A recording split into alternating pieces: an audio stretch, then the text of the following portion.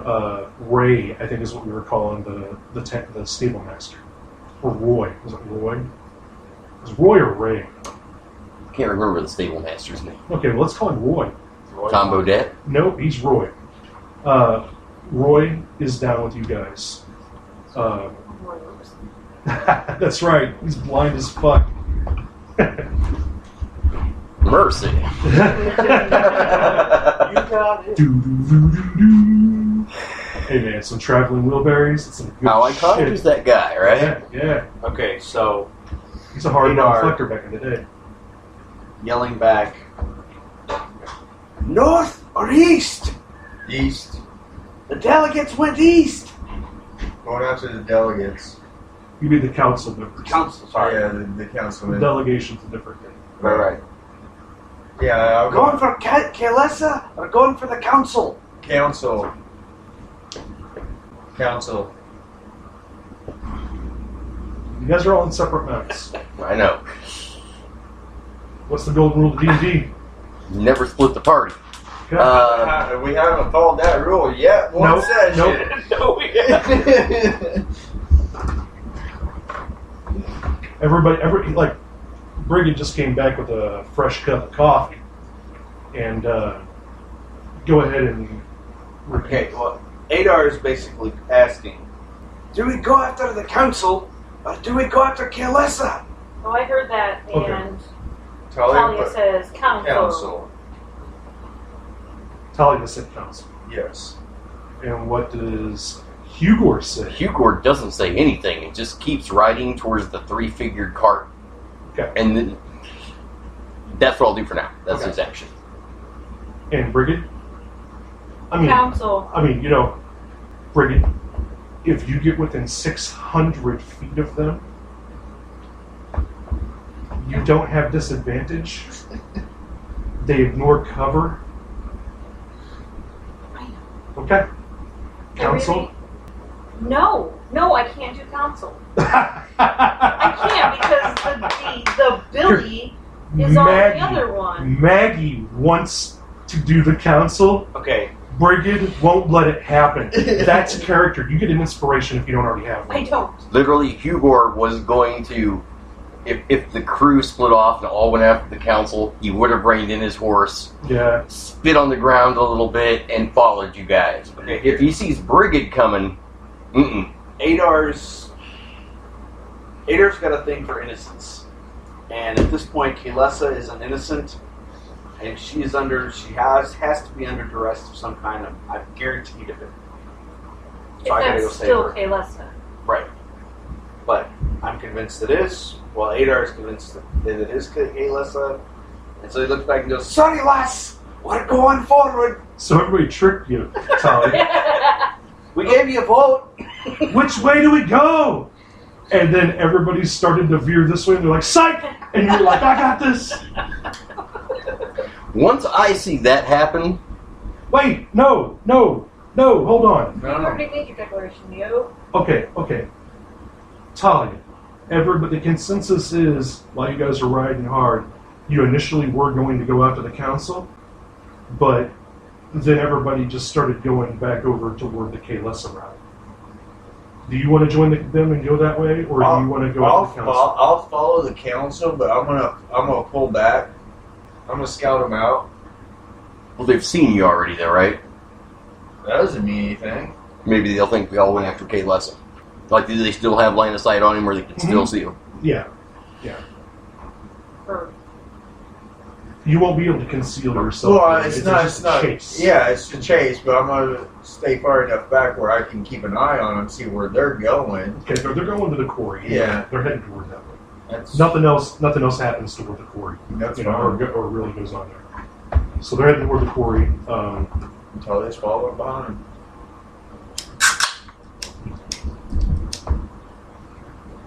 Curse the man. You got a town in distress, and the leaders are no.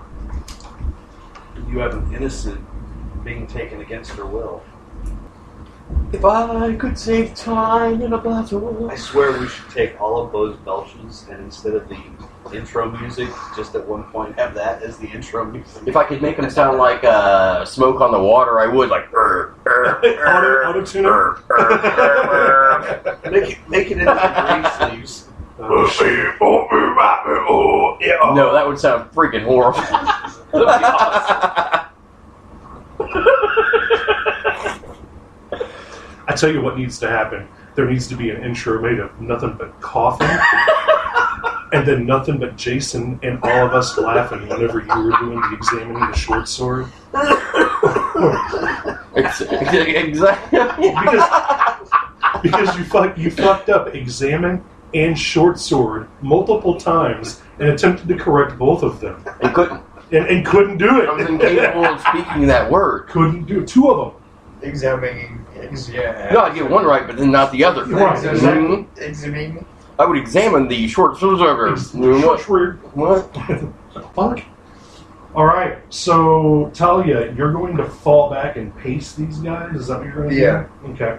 I'm going to tell you right now what's going to happen. They're going to get into slower terrain, but they're going to get into this huge rock quarry. You know, they're going to go spiraling down it. You know what I mean? That's fine. Just letting you know. They were heading off into the quarry masters, or in the direction of the quarry, right? Where we know the quarry masters. The town elders, the council. Yeah, they were heading to the quarry. And as I'm riding and I see this split happen, give a message, point back to Talia. That's why I closed the exit. Come with us. No, they need to take care of their business. Do you need help?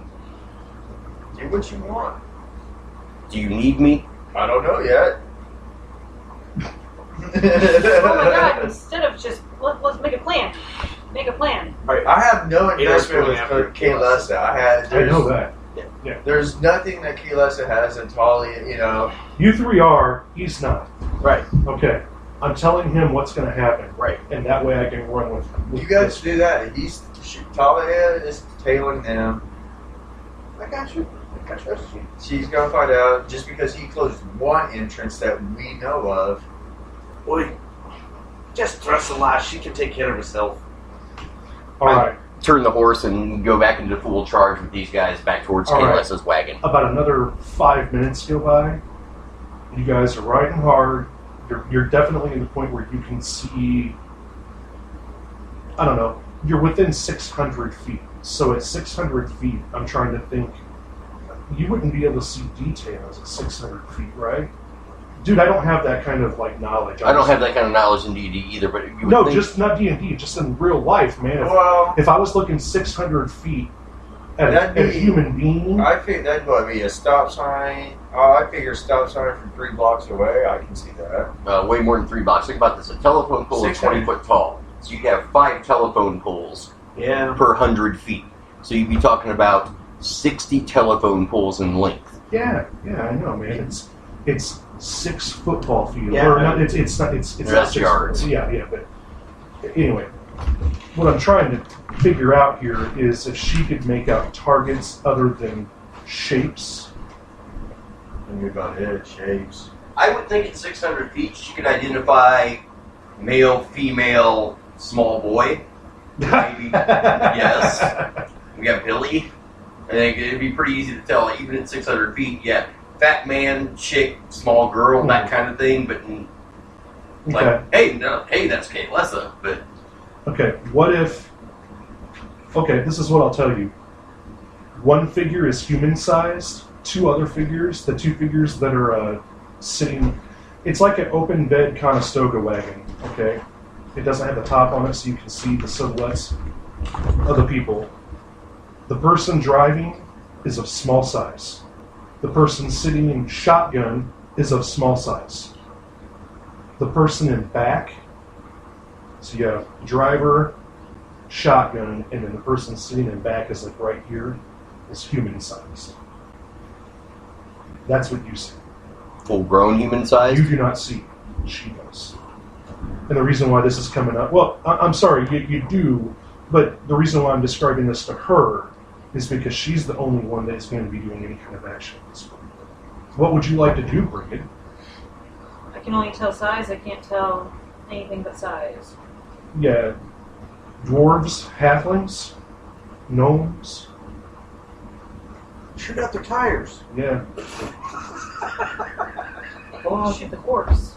Pull out the RPG. Oh, shit. Yeah. Okay, they've got 2 horses. And shoot one of them. Okay. It's excellent because you're actually firing over. Arcing. Yeah, you're firing 600 feet indirectly, is what she's doing. She's not firing at a straight target. She's like, I'm not going to hit one of those people. I'm going to hit the fucking horse in front of them. And let that shit fly. Well, you do not take disadvantage. They do not have cover. So the horse's AC is 11. 15. For how much damage? For 7 points of damage. Alright. Talia. Yeah. Make a, oh shit, my horse just got shot out from under me wagon roll. A d20. 20. Use a +2 proficiency. I love how when before the game starts, Sean's like, "Yeah, I'll speak up and I'll lean into the mic," and then the game starts and he goes, I'm sorry. "I'm fucking with you, man." Alright, 21. Okay, so the arrow. Brigid looses an arrow. 6 seconds, 7 seconds, 8 seconds, 9 Thump. seconds. Thunk. Hits the fucking horse. Drops the horse. The rigging or reining and stuff on the horse doesn't flip the wagon, but it stops the wagon. The wagon goes 90 degrees in one way, almost flips over, but does not. And at this point, you guys on a horse, I'm not going to open a monster manual and look at the movement on a horse. I'm going to say they probably move 50. That's a charge, probably. Full run. So, 1, 2.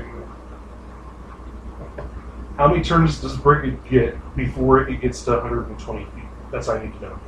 600 if they move 50. Well, she's riding full speed on a horse, right? It doesn't Every 2 turns is 100 feet. Every 2, I give her 120 feet per turn on a Well, sprinting horse. if we're going No. 50 at full gallop, 50 feet, That's just what I'm saying. I don't know what it is. Every Yeah, two, yeah, I don't every know two, either. every 2 rounds is 100.